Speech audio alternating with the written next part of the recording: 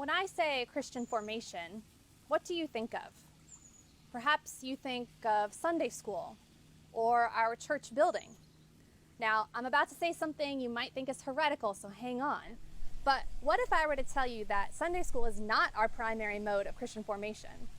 We only spend 1 hour a week doing it. What are we doing with our other hours of the week? Where are we? How else can we grow closer to God when we're not in that building? For me, the outdoors is formational. I'm here at the University of Kentucky Arboretum, which is one of my favorite places in Lexington. When I walk around these paths, when I'm not trying to avoid other people, I notice the different types of trees and the flowers. You can't see them, but there are amazing flowers here and other kinds of plants. Sometimes I think of the story of Jacob when I see rocks on the ground, when Jacob put a pile of stones to mark the place he encountered God on a staircase with angels ascending and descending, when he called that place Bethel. Sometimes I think of the story of Joshua, how Joshua put a pile of 12 stones on the side of the Jordan River to mark the place where the 12 tribes of Israel had finally crossed into the promised land. Sometimes I see trees waving in the wind and I think of Isaiah 55, which says, "You will be led out in joy and be led back in peace.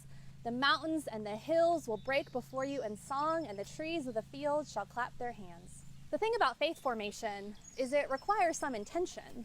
Our relationship with God doesn't just happen. It's like any other relationship we have. It requires time and cultivation to bear good fruit.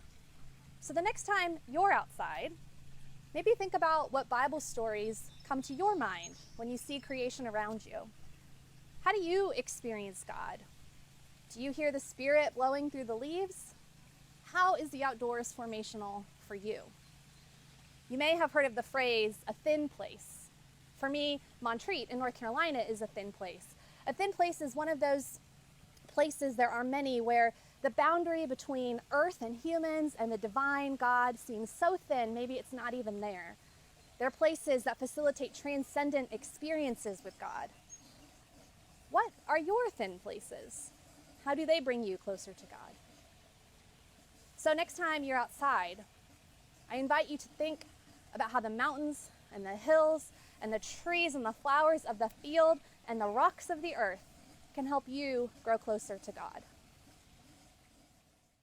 I'm Stephen Carey, and I'm baptized. Hi, I'm Virginia Lee, and I'm baptized. Hi, I'm Madeline Kirkpatrick, and I'm baptized.